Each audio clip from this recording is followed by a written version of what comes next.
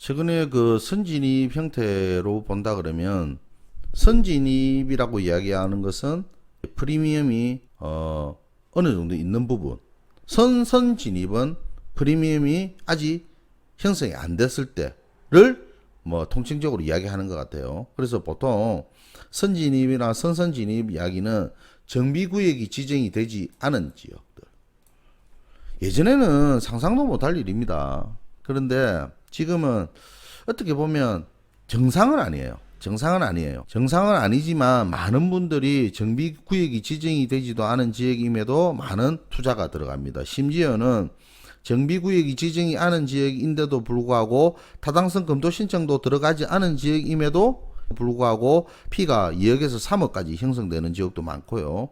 그래서 사실 명함을 우리가 잘 체크를 해야 된다 이래 봅니다. 뭐가 옳고 그름은 물론 없겠지만 내용을 좀 정확하게 체크를 하고 들어가야 된다라고 보는데, 여러분들이 선진입과 선선진입에 대한 내용을 좀 알려고 하면 왜 지금 이런 투자가 각광을 받고 많은 사람들이 투자를 하는가를 볼 때는 정비 사업의 어떤 행태, 절차에 대한 변화가 있다는 것을 알아셔야 됩니다. 그게 어떤 내용인가 하면 조합 설립 인가가 난 지역 이후에 투자를 하는 것이 정석이다라고 이야기했지만 프리미엄이 높게 형성이 되니까 돈이 안 되는 거예요. 수익이 안 나는 거예요.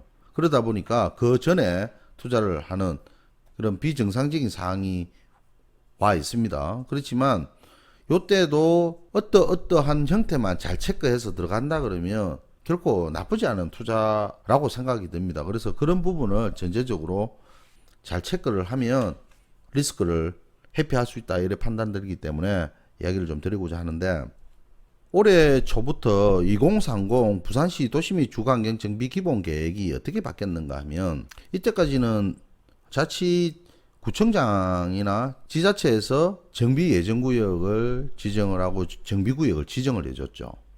예, 그렇지만 요게 2030 부산시 도시및 주거환경 정비 기본 계획에 의해서 정비구역을 합리적으로 해라라고 좀 바꿨습니다. 그래서 그 내용을 가지고서 많은 사람들이 판단하다 보니까 구역 지정의 요건을 제시를 하면서 주민들이 어떤 요건을 맞춰서 입안을 하면 정비구역을 지정을 해주는 그런 형태로 좀 바뀌었어요. 그래서 주거 정비 지수라든지 구역 설정 기준을 제시를 하면서 구역 지정 절차를 간소화를 했습니다. 사전 타당성 검토라는 어떤 절차를 도입을 하면서 이제 정비 계획 수립 전에 검증할 수 있는 내용을 만들어 놨죠.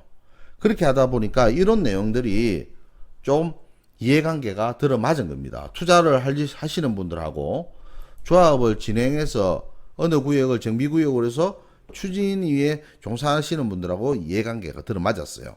예, 그거를 여러분들이 잘 아시면 투자를 할 때 도움을 받을 수 있다 이렇게 봐지는데, 그래서 지금은 정비구역이 지정이 되지 않은 지역임에도 불구하고 투자자들이 먼저 선진입을 하다 보니까 프리미엄 막 형성되면서 거래가 되는 겁니다.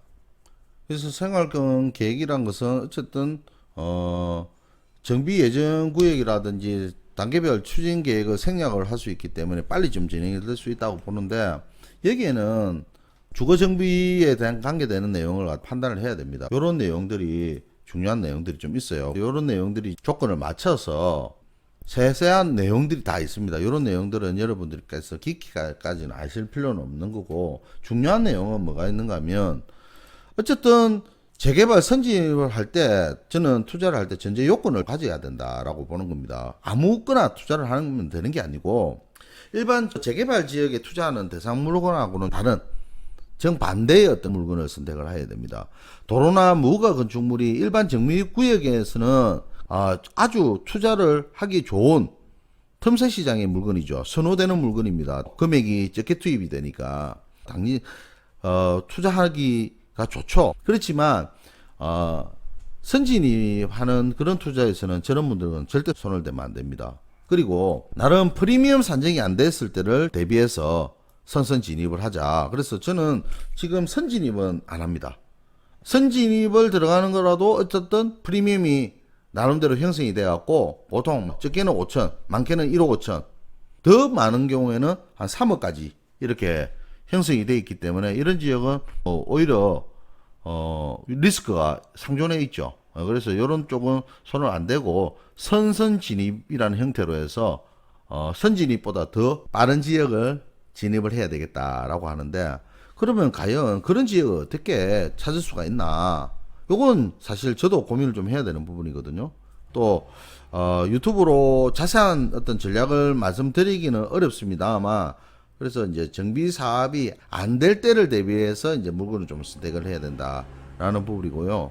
투자 지역에 대한 어떤 역발상 선택도 좀 해야 된다라는 부분이고, 또 공시가격 1억 원 이하인 주택, 이런 부분에 대한 투자도 좀 중요하다 이렇게 봅니다. 그래서 이런 내용들은 뭐 자세하게 전략들을 유튜브로 올리는 것은 좀 적절하지가 못하더라고요. 왜냐하면 저희 어떤 주관적인 생각이 많이 들어가기 때문에 그래서 방송으로 말하기에는 좀 적절하지 못하다는 판단이 좀 드는데, 어쨌든 재개발 선진입 투자가 지금 너무 각광을 받고 있다 보니까 나름대로 전제 요건들을 기준으로 가지고서 이런 판단을 가지고서 투자를 하는 게 맞지 않는가 이런 생각을 좀 하고 있습니다.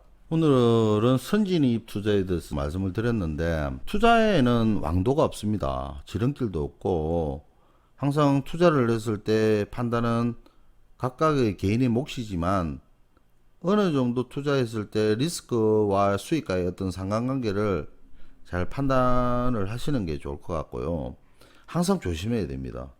조심하자는 측면에서 항상 좀 경각심을 가져야 된다는 그런 내용을 좀 많이 말씀을 드리는데, 어쨌든 시장의 흐름이 바뀌고 투자의 패턴도 바뀌었기 때문에 이런 선진입 투자도 잘만 하면 좋은 투자의 대상이 될 수도 있다라고 판단됩니다. 다음에는 선진입 투자를 어떻게 해야 될지에 대해서 다 내용을 한번 정리를 해서 올리겠는데, 어쨌든 흐름이 많이 바뀌다 보니까 또한 바뀌는 내용이 많아요. 그런 내용에 대해서 준비가 되는 대로 하나하나씩 올리겠습니다. 어쨌든 오늘 내용이 도움이 되셨다면 구독 부탁드리고 다음에도 더욱 알찬 내용 준비해서 찾아뵙도록 하겠습니다. 감사합니다.